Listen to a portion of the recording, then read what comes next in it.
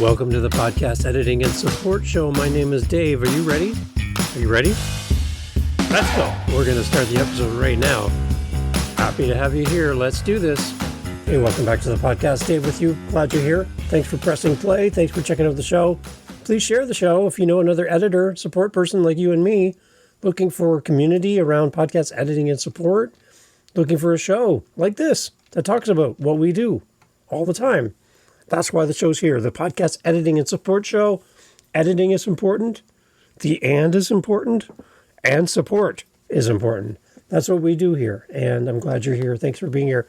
I have having conversations with other podcast editors. We're talking about pricing and how we price what we do, our approach to pricing. Do we do hourly? Do we do by project? Do we do by the length of the episode? A lot of different opinions on this. I'd really love to hear how you're doing your podcast, editing and support business, what you're doing, how you do your rates, what your rates are. I think that's helpful for other people to know and understand. There's a lot of weird numbers out there, a lot of big numbers.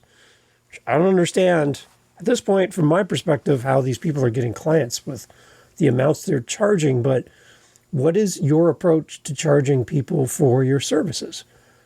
For me, I originally was looking at an hourly rate as my gold standard for how I was going to price my offerings. But I'm really finding people are more interested in hiring me on like a lawyer, like a retainer, where they hire me for a period of time and Dave's available. And there's a certain number of hours included in that retainer.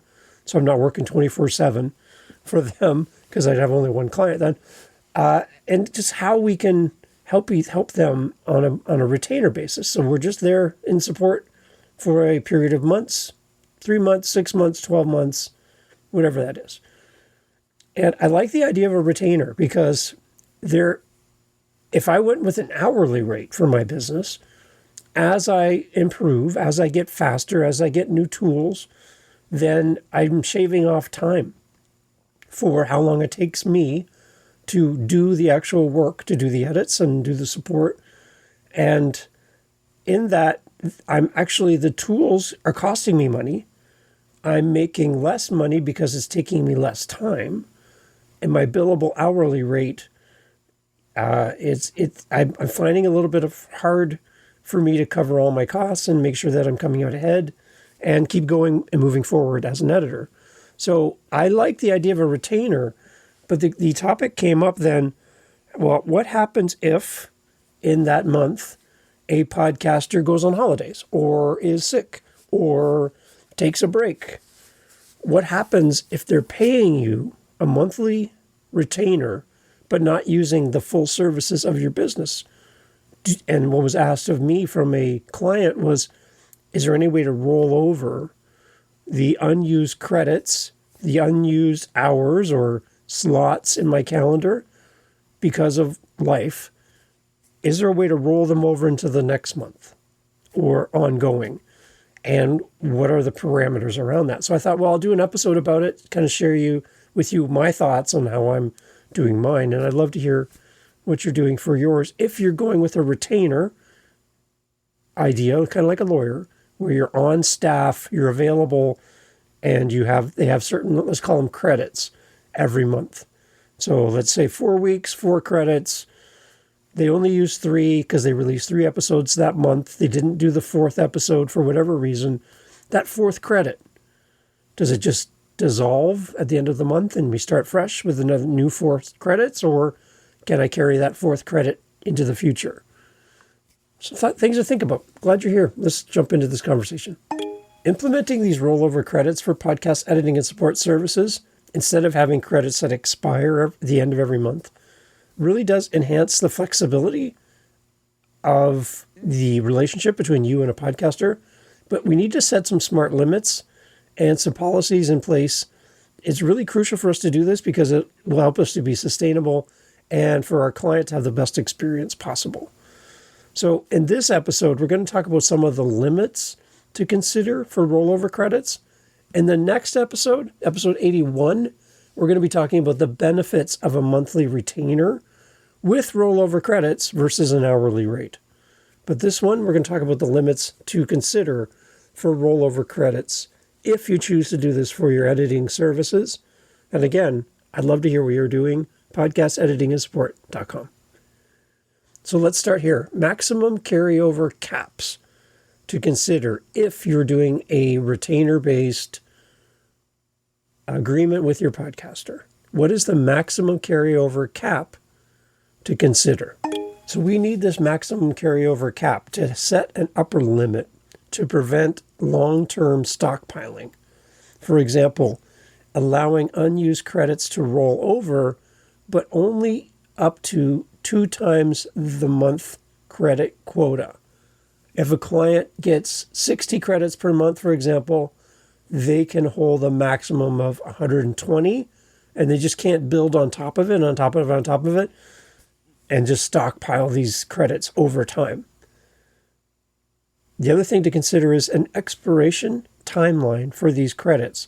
Just like produce, milk, bread, these things expire. So these credits also need to expire at some point. Otherwise, we're going to put ourselves behind and we're going to have a lot of unused credits to deal with in the future. So what's the expiration date on these credits? We can allow these credits to roll over for a set period of time, such as a 3 to 12 month period, before they expire. This really encourages regular use of the credits while still providing flexibility. So I like that. I like that we're just not rolling over these credits for the rest of eternity, because there needs to be a drop-off point where there's a reset. Otherwise, it becomes unwielding, unmanageable, and it gets confusing when we're not really sure what happens. So put that into your contract with your podcaster. Listen, here's how it works. You're allowed to carry over credits. Let's go back to the 1 credit a week, 4 credits a month example. You're allowed to carry over credits. You're only allowed to carry over a maximum of 2 times the credits. So 2 out of 4, for example, could be carried over up to 3 months. And then it expires. What we're trying to do is encourage these podcasters to create content, not punish them for not using us. We're trying to encourage them to create content. So you get 4 credits a month. That's an episode each for a 4-week period. You're allowed to carry over those credits. But again, there's a limit. We just need to have that in place. This will really help you to build that relationship. And again, like I said, encourage podcasters to keep creating content instead of punishing them for not creating their content. So have an expiration date. Just like produce, milk, anything. It expires over time, and it means that it's time to move on to the next thing. So some kind of that, and again, 3 to 12 months. Love to hear what your thoughts are on about that for your show and how you do your stuff. But let me know. Also, active subscription requirement as part of this is something for us to consider in addition. Credits can roll over as long as the client maintains an active subscription. If canceling the plan would also void any banked credits. That's really important, because we don't want a client to cancel their services with us, have rollover credits, which means we keep editing for them into the future, and they continue with us for free, technically, or prepaid, and we're working for nothing and filling up our calendar with unused credits. And so when your credits are tied directly to your actively engaged podcast. So let's say, for example, you have seasons for your client, and they do a twice a year release with two seasons per year and a break in the summer. So season 1, beginning of the year, they take a break and they stop paying you for the summer because they're on hiatus. And then they come back, they rehire you in the fall, and they do their second season of the year. In that break, those rollover credits that would have been from the first season, unused credits, would stop because they stop paying you. And when they stop paying you, all those credits disappear. You start the second season in the fall of the same year. New 0 credits roll over from season 1 to season 2. We start fresh, and any credits unused in season 2 would roll over within season 2. The moment you jump to season 3, the following year, all credits would be wiped off and you start again. That needs to be rolled out and put into the wording and the context of what you do with your podcaster as you work with them, so that they understand what happens to these credits at the end of a season, where there's a large break, or when they stop paying you. Those credits then cease to exist.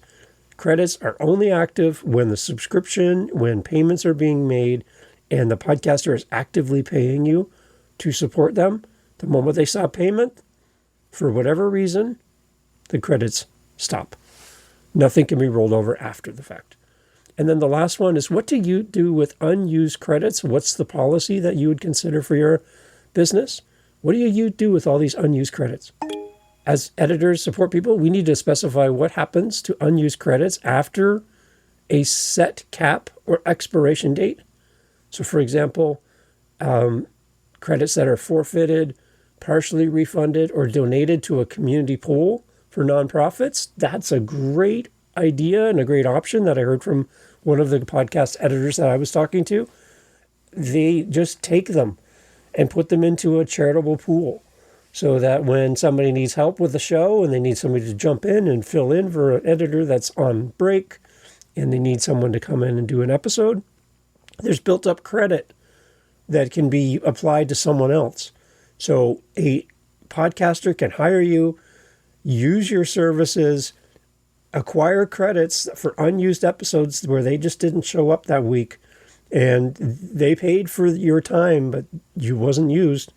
Take those credits, put them into a pool, put it onto your website and say, I have right now available 5 credits. And these are prepaid spots that are available to do edits for your podcast. Reach out to charities, reach out to people who are struggling and offer your services because they've already been prepaid. They've already been unused. And if that's something that you can do to help the community, I think that's smart.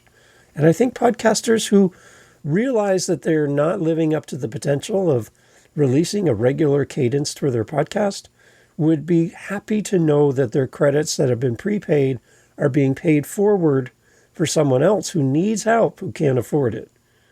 It might be a great way to onboard people into your services as well by using these unused credits as an option for you to do services for other people.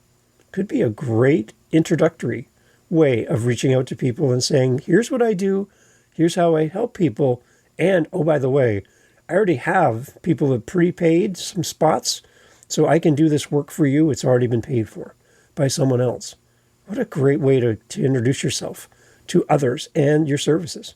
So consider that. Rollover credits for your podcast compared to an hourly rate. What's your thoughts? Do you like the hourly rate? Is it working for you? Are you struggling under an hourly rate process? Because I think when I think about hourly rates, I wonder if it's the best thing for everybody. Maybe not for everyone. Maybe for you, but maybe not for everyone. And versus a retainer, that monthly retainer using credits. And again, what happens to those credits that are unused? Do they dissolve at the end of each month? Do they carry forward? I'd love to hear what you do for your show. On episode 81, here on the Podcast Editing and Support Show, we're going to look at the benefits of a monthly retainer with rollover credits versus an hourly rate. Love to have you come back and listen to that one as well. But thanks for being here. And again, reach out to me, podcasteditingandsupport.com. Would love to meet you, connect with you about what you do in this podcasting space, and we can learn together. Always looking for guests as well for the show. Reach out anytime. Thanks for being here. Take care. Thanks for listening to the Podcast Editing and Support Show. Visit us at podcasteditingandsupport.com, podcasteditingandsupport.com. We would love to help you find a great podcast editor, or if you want to hire us, we would love to work with you. Podcasteditingandsupport.com. Catch you on the next episode. Take care.